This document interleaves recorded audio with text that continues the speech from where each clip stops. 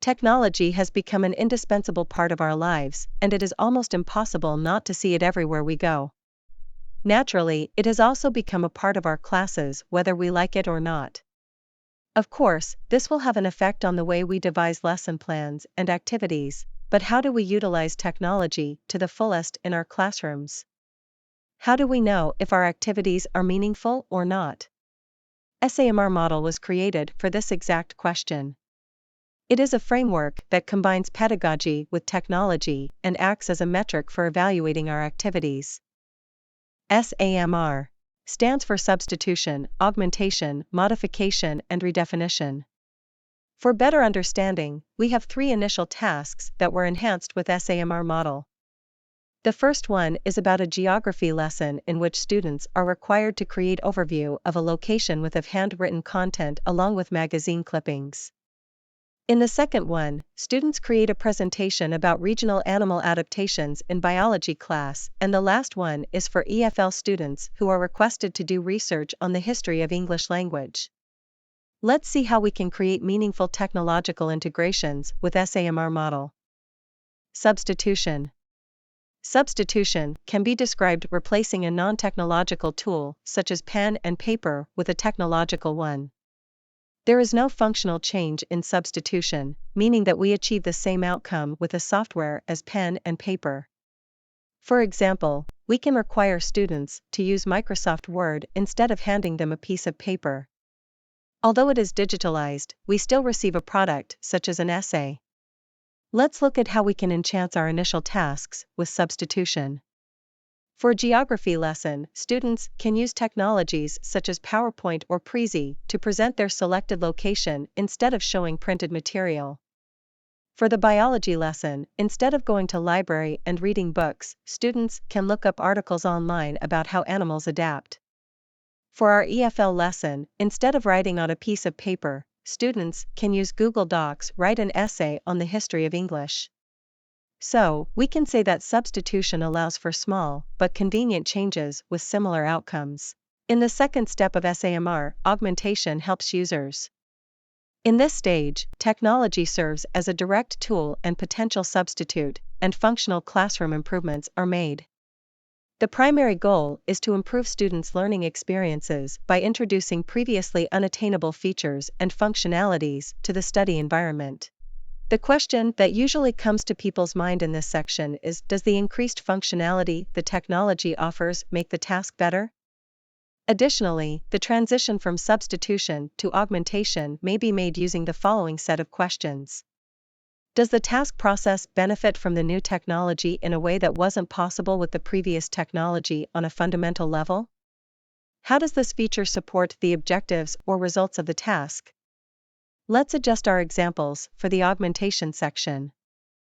In the geography task, students can incorporate interactive multimedia audio, video, hyperlinks in the presentation to give more depth and provide a more engaging presentation. In the biology task, students can try to choose an animal and work in groups on a shared Google presentation to research their animal and present their findings to the class. In the writing task, students can try to create a presentation with sound files of Old English using PowerPoint. In the third step of SAMR, modification comes to assist people. Modification is where technology starts to change a student's learning process in ways that are just not feasible with traditional systems. With it, the project or assignment in the class can be significantly redesigned thanks to technology. The question that comes to people's minds in this part is the process significantly changed with the use of technology? Additionally, the transition from augmentation to modification may be made using the following set of questions. How has the initial task changed? Is the use of technology necessary to change the task? How does this change affect the objectives or results of the task? Let's adjust our examples for the modification section. In the geography task, students can try to create a digital travel brochure that incorporates multimedia and student-created video by using H5P.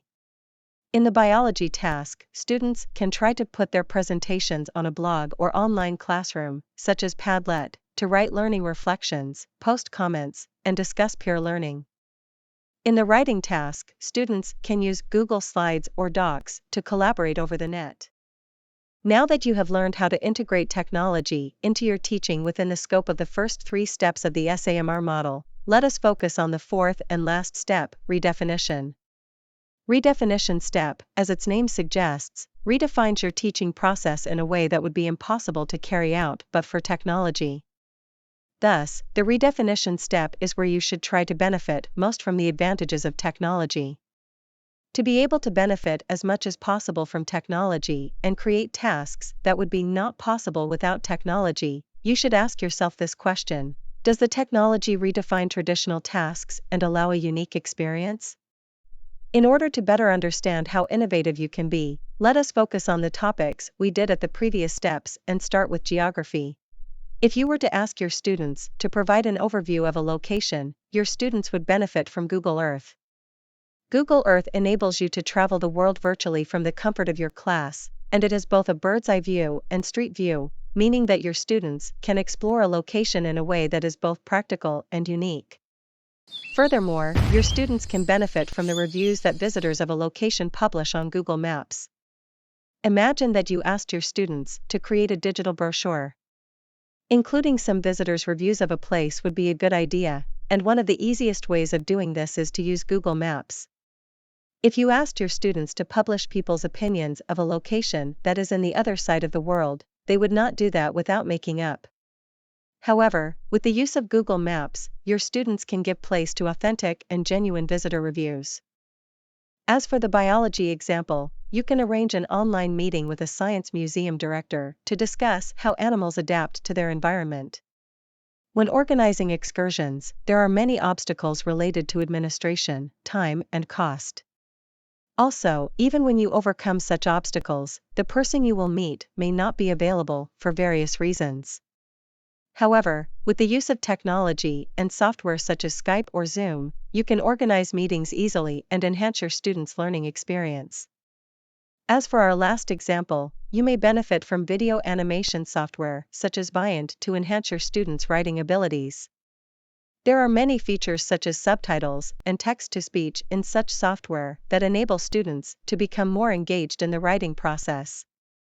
When students write their ideas on a paper, they may get distracted and lose attention at some point, especially considering the fact that they spend a considerable amount of time on the internet watching videos and animations and their attention span is short. However, with the use of technology, you may ask them to provide animations for the writings they prepared, and in this way, students are more likely to be interested in the writing tasks as they will see a visual outcome and be more engaged in the content. Now that you are now aware of the benefits of technology in the integration of the SAMR model into your teaching, let us remember the applications and software you may use one more time. For the substitution step, you may use Microsoft PowerPoint, Prezi, online journals and news sites, and Microsoft Word. For the augmentation step, you may use YouTube, Google Slides, and the features on Microsoft Office programs that you did not use in the first step.